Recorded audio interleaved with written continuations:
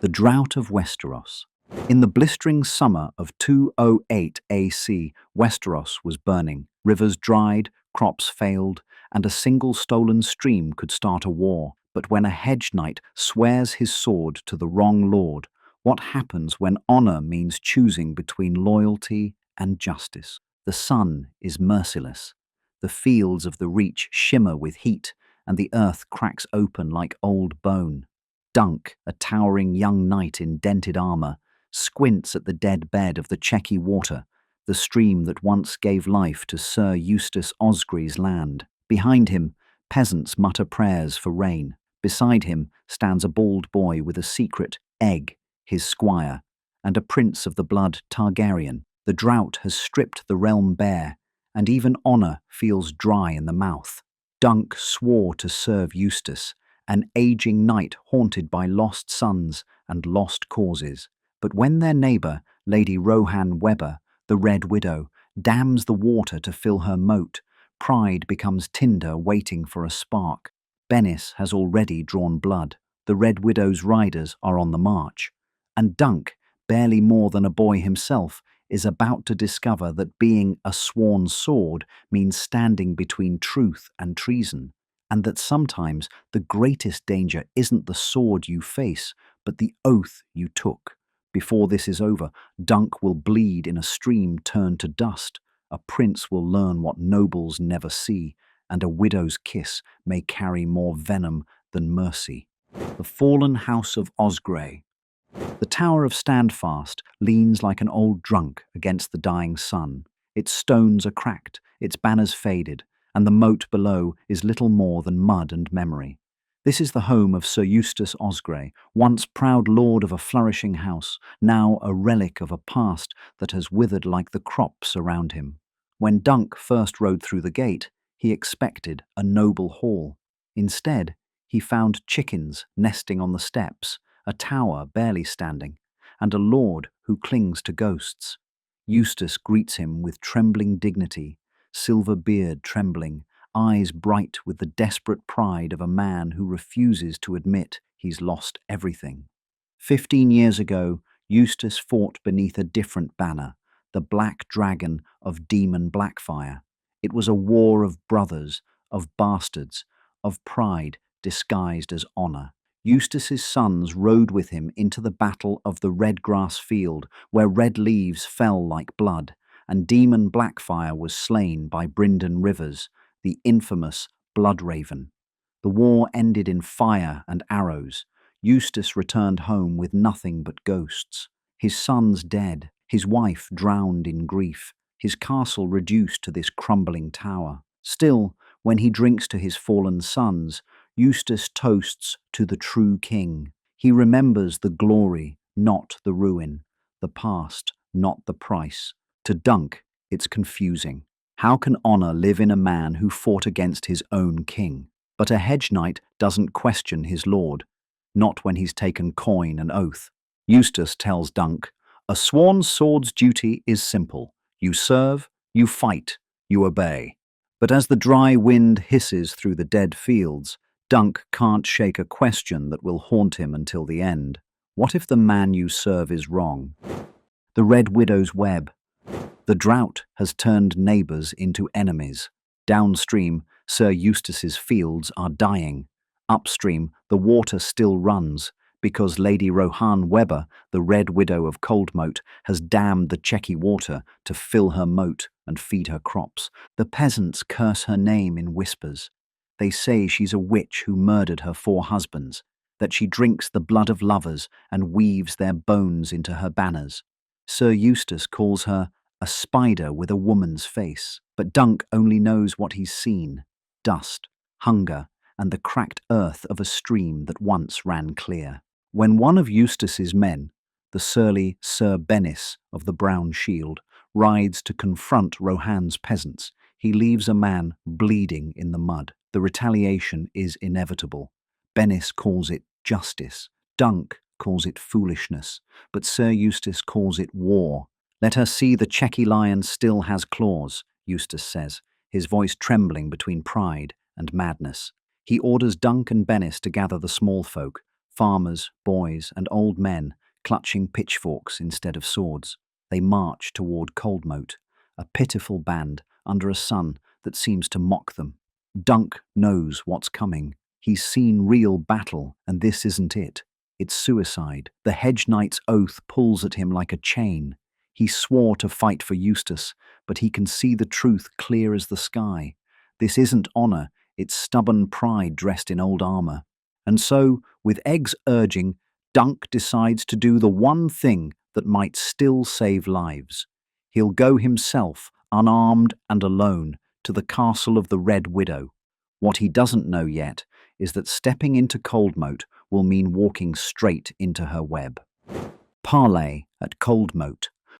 Coldmote rises from the heat like a mirage, tall red walls gleaming above the scorched fields, a castle that still remembers what power feels like. Dunk rides through the gates alone, the sigil of Ser Eustace stitched to his surcoat, and every eye turns to him. To them, he's a fool, a hedge knight who's wandered too close to a spider's den.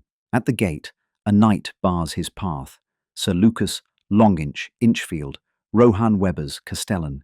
He's lean, broad-shouldered and mean, his smile thin as a sword's edge. "You're tall," he says, "but I've measured taller men for graves." He mocks Dunk, pretends another lady is Rohanne just to watch him squirm, and sends him stumbling into the hall, red-faced. Then she enters. Lady Rohanne Webber, the Red Widow. She is nothing like the stories, not an old witch, but a woman in her prime, with a braid the colour of flame, freckles across her face, and eyes sharp enough to cut through armour. She greets Dunk with the poise of a queen and the smile of someone who already knows what you want. Dunk fumbles his words. He's fought pirates, brawled with knights, faced princes, but against Rohanne's wit, he's unarmed. Yet she listens as he pleads for peace, for water, for mercy on the dying villages.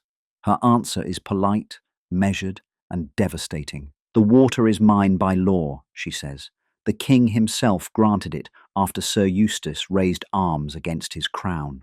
Only then does Dunk realize the truth. Eustace has lied to him. He's not the loyal old knight he claimed to be, but a man who fought for the losing side in the Blackfire Rebellion. Still, Rohanne's strength fascinates him. She's clever, cornered, and far lonelier than she lets on. Her lands are crawling with men who want her hand and her castle for themselves. When she laughs at Dunk's awkward bow, it's not mockery, it's recognition. Two warriors born into a world that doesn't make room for people like them. One fighting to keep his honor, the other fighting to keep her name. And between them, beneath the heat and pride, something dangerous begins to stir. Fire and water. The next day, the air feels heavier, thick with dust, heat, and the weight of truths Dunk can't ignore.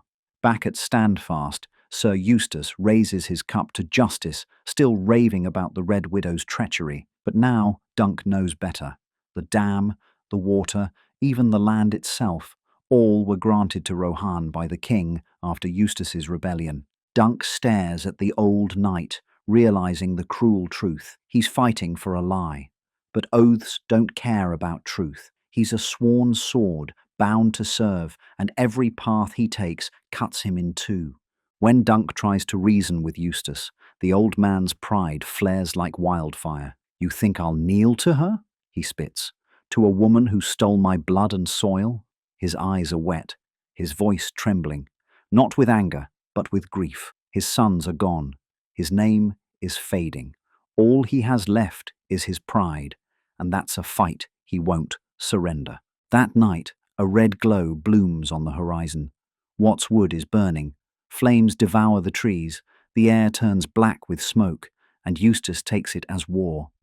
He gathers his ragged peasants, the half-starved farmers he calls soldiers, and prepares to march. But Dunk refuses to let them die for another man's vanity. "Go home," he tells them. "This isn't your fight."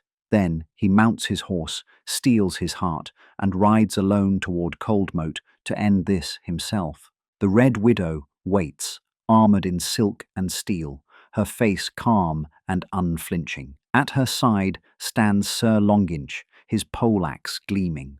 Rohanne denies burning the wood, but her eyes flash with something unreadable. "If it takes fire and sword to end this," she says, "then let it be fire and sword." So Dunk accepts. A trial by combat. One night against another, one stream's worth of pride at stake. When their blades meet, it's mud, blood, and fury. No glory, no songs, only survival. Dunk is slower, heavier, but when they tumble into the Chequy Water, instinct takes over. His hands find the Longinch's throat, and when the struggle ends, the stream runs red. Then darkness. Water fills his lungs, his sword slips away, and the world goes silent. The Red Widow's victory. When Dunk wakes, the world smells of rain and herbs. He's alive, barely. His chest burns, his lungs ache, and beside him stands a strange man with sea-salted hair. Rohanne's iron-born Meister had dragged Dunk from the stream and beaten the life back into him. The duel is over. Sir Longinch is dead. The water, finally, runs free again. But peace in Westeros never comes without a price. While Dunk lay unconscious, Ser Eustace and Lady Rohanne made their truce. Not through love, but through politics. They've married Osgrey of Standfast, the Red Widow of Coldmote, a union of convenience. He gains back his family's ancestral castle. She secures her rule and fulfills her father's will to remarry before losing her claim. It's a victory that tastes of ashes. When Dunk limps into the hall, Rohanne greets him with her usual composed grace. "You've saved us all, Sir Duncan," she says softly, though her tone feels more formal than fond. There's no visit, no thanks for the man who nearly drowned fighting for her peace. Only the cold efficiency of a woman who's already moved on to the next battle. Still, Dunk can't bring himself to hate her. She's done what she had to do, what all lords and ladies must do to survive. He sees that now. Her strength isn't cruelty, it's armor. To apologize, Rohanne gifts him a magnificent horse, sleek and golden. But Dunk shakes his head. "Too fine for a hedge knight," he says, "and too fine a gift from a lady who belongs to another." Instead, she offers him something smaller, a single lock of her red hair. For a moment, the proud lady and the poor knight stand in silence, something unspoken passing between them. Then she leans in, kisses him once, fierce, fleeting, and walks away. As Dunk and Egg ride north, the sky finally breaks. Rain falls in sheets, drumming on their helmets, soaking the dust from the road. It feels like mercy. It feels like regret. And for the first time in months, the Chequy Water flows again. Lessons for a future king. The rain hasn't stopped for days. It patters on Dunk's dented helm, runs down Egg's bald scalp, and turns the dry roads of the Reach into rivers of mud. But Dunk doesn't complain. For once, the water feels like forgiveness. As they ride north, Egg won't stop talking about the Red Widow, about Eustace, about what it all means. He's only a boy, but there's something older in his questions. "Was Ser Eustace a good man?" he asks. Dunk hesitates. He meant to be, because what Egg saw wasn't a fairy tale of heroes and villains. It was a tangle of pride, politics, and pain. He saw that even the worst men can be noble in their own way, and that the noblest can still lie. He saw that honor and truth don't always live in the same house. From Eustace, Egg learned how pride blinds the old and ruins the poor. From Rohanne, he learned that power comes with masks, that ruling isn't about right or wrong, but survival. And from Dunk, Egg learned that courage doesn't always roar. Sometimes it just rides forward when no one else will. It's a lesson that will shape him for life. One day, the world will call him King Aegon V, a reformer who fights for the small folk. But that compassion was born here, not in a throne room, but on a muddy road under summer rain, beside a hedge knight who taught him what it means to serve. Dunk glances back at Egg, half smiling. "You'll make a better knight than me." he says. Egg grins. I'll make a better king. And for a moment, the future of Westeros rides quietly through the storm. The Red Widow's legacy. Years later, the Meisters would write that the drought finally broke, that peace returned to the Reach. They'd write of Sir Duncan the Tall, the low-born hedge knight who rose to become Lord Commander of the Kingsguard. And they'd write of Lady Rohanne Webber, the Red Widow, who vanished from history as quietly as she entered it. But history never tells the whole story. After her marriage to Eustace Osgrey, Rohanne outlived him, as everyone expected. She went on to wed again, this time to Gerald Lannister, Lord of Casterly Rock. From that union came sons, and from them came Tywin, Cersei, and Jaime, lions who would one day rule and burn and remake the realm in their image. Some say Rohanne's red hair and steel will live on in them, the same fire in Cersei's eyes, the same cunning in Tywin's cold smile. And then, one day, she was gone, vanished under mysterious circumstances. The Masters wrote. No grave, no witness, just silence. Perhaps her web finally caught her. Or perhaps the Red Widow simply rode off one last time, free of crowns, free of cages, free of the lies men told about her. As for Dunk and Egg, their road stretched onward through rebellion, prophecy, and tragedy, all the way to Summerhall. But on this day, in this reign, they were just a knight and his squire riding toward the next horizon. Because for men like them, honor isn't found in banners or castles. It's found in the journey itself and in the courage to stay true, even when the world burns around you. The Sworn Sword, a story of drought and pride, love and loss, and the promise that even in a dry land, mercy can still fall like rain.